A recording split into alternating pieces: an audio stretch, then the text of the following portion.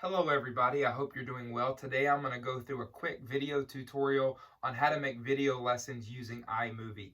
This will be primarily designed for beginners or people who have used iMovie just a little bit. If you're an expert in iMovie or you use it all the time, you'll probably already be familiar with some of these techniques, but feel free to watch anyways.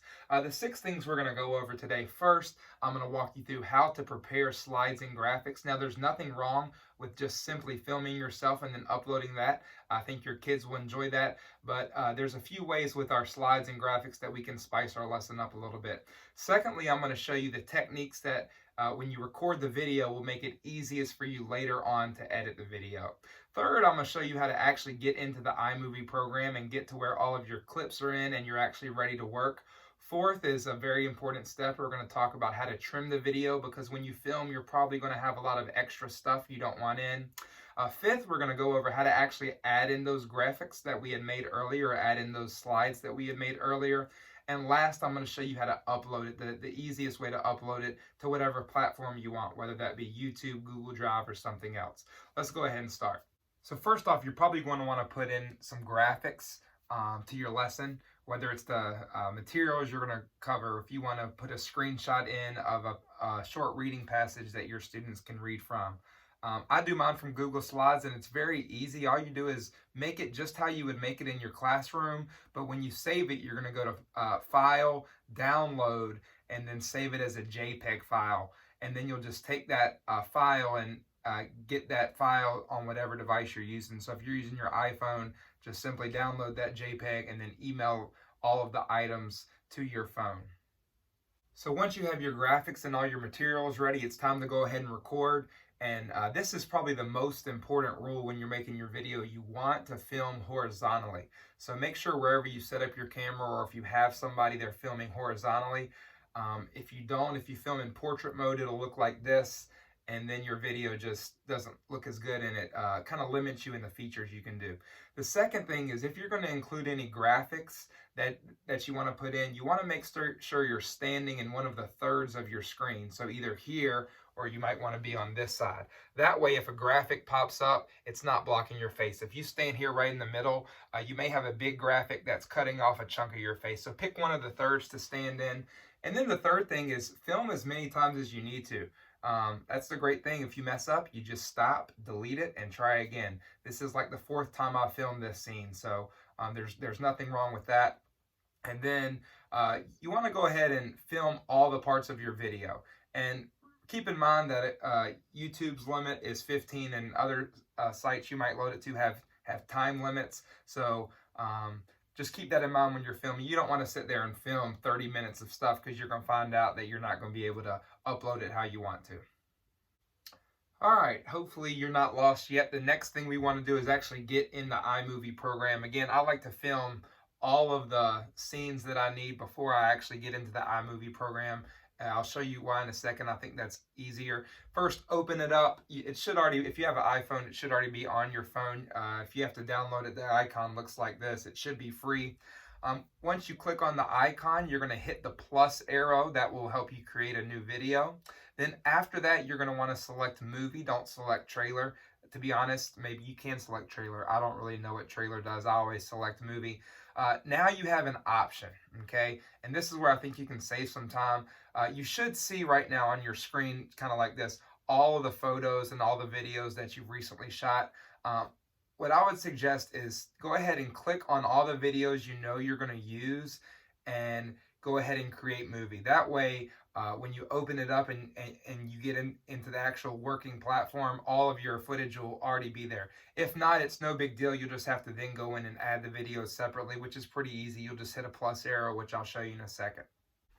All right, everybody, so at this point, you should see all of your clips have been put into the workspace, and you should notice a long vertical white line running somewhere down the middle of your workspace. That white line indicates where you're currently working at in the video. So if you drag to the left or drag to the right on your screen, you should see that white line shift, and you should see in the big box above, you should see the clip change as you work. And that's kind of how you find where you're going to work. I typically start right from the beginning, so I'll drag all the way over until I get all the way to the left of the workspace, and then it's time to start trimming your video. You probably, when you record it, have a lot of things at the beginning and at the end especially that you want to get rid of. So the first thing you're going to do is pick the clip that you want and click on it with your finger, and it should turn yellow. You can only work with a clip if it's been turned yellow. So sometimes you get frustrated and say, oh, I'm trying to do something that's not working. It's probably because you haven't selected the clip. So click on the clip you want to edit, and it should turn yellow with a box all the way around. And on the ends, you should see a thicker yellow line. This is how you trim the video. So for instance, when I film, I'm by myself. So I actually walk up, I hit play, and then I back up. And now I start talking. I want to get rid of that beginning spot. So all I do is I find that clip and I put my finger right on the edge of that line. It'll only work if it's yellow, and I drag right slowly until I get to the part where I want to speak. And as you drag, if you look up at the big box above, you should see where you're at. So as you drag, watch that box, see where you want it, and then stop. And it's okay if you cut too much out. It's not like you start over. You simply click there and drag it back to where you would like it. So at the bottom of your workspace, you should see 5 little icons.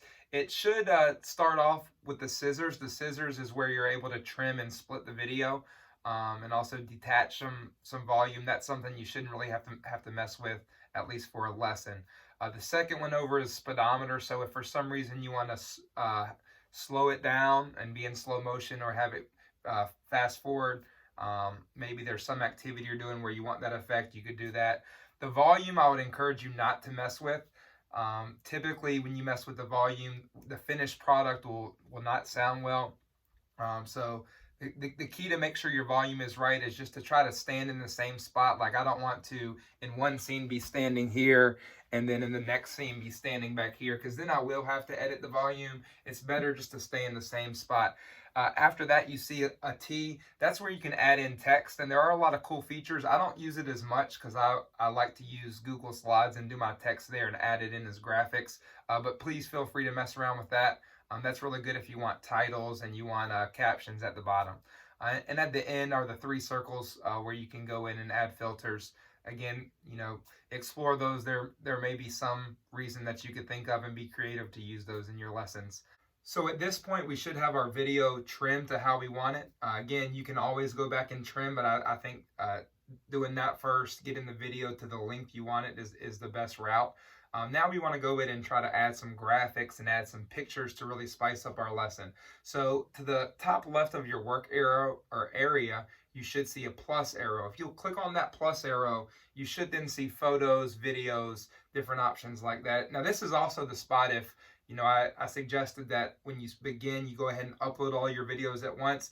If there's a clip that you need that isn't already in your workspace, you can click on videos and go add that now. But I'm going to go ahead and skip and show you how to add in the graphics. So if you'll click on photos, and then you'll see a bunch of choices again. Usually it's going to be under all or recently added. So click on one of those, and now you should see all of your pictures that are in your album. Find the picture you want, and when you click on that picture, you could add it by hitting the plus arrow, but don't do that, because what's going to happen if you add it, it's just going to insert it almost as a new video clip, and it's going to take up your entire workspace. Instead, you should see 3 dots. If you'll click on those 3 dots, and once you click on those 3 dots, you'll see several options. Now, if you do have a green screen, this is where you could add in some green screen effects, but I'm operating under the assumption that many of you don't have built-in green screens in your house. Go ahead and choose picture in picture. And what this will do is when it enters it into your workspace, you'll have your main video, and somewhere on the screen, the picture will pop up. And so if you'll go ahead and do that, you should see it usually defaults to kind of the top left corner. At this point, you'll see in your workspace, you now have your video on the bottom, but on top, you should have your picture. And you can also, if you want your picture to last the whole video, you can now click on it and drag it. Or if you want it to be shorter than its selected time, you could also shorten it. And Make sure you click on the picture though, because now it's probably not in the spot you want it, and it's probably not the size you want it. So if you click on the picture, it should turn yellow, and then you should see 4 arrows in the top right hand screen. All right, and that will now allow you to drag and slide your video how you want it. If you're doing a reading passage and you want the entire screen to be covered, you can drag it to cover up the entire screen. And now the video is technically still behind, so you'll hear the audio, but the people watching will only see the screen.